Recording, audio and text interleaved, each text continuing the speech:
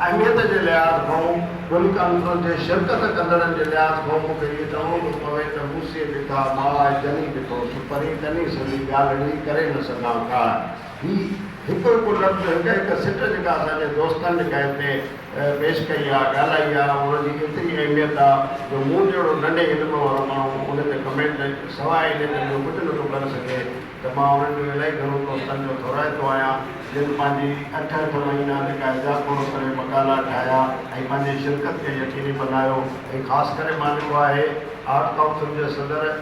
सावल गांव जो बि थोराइतो आहियां शाइर अदीब दोस्त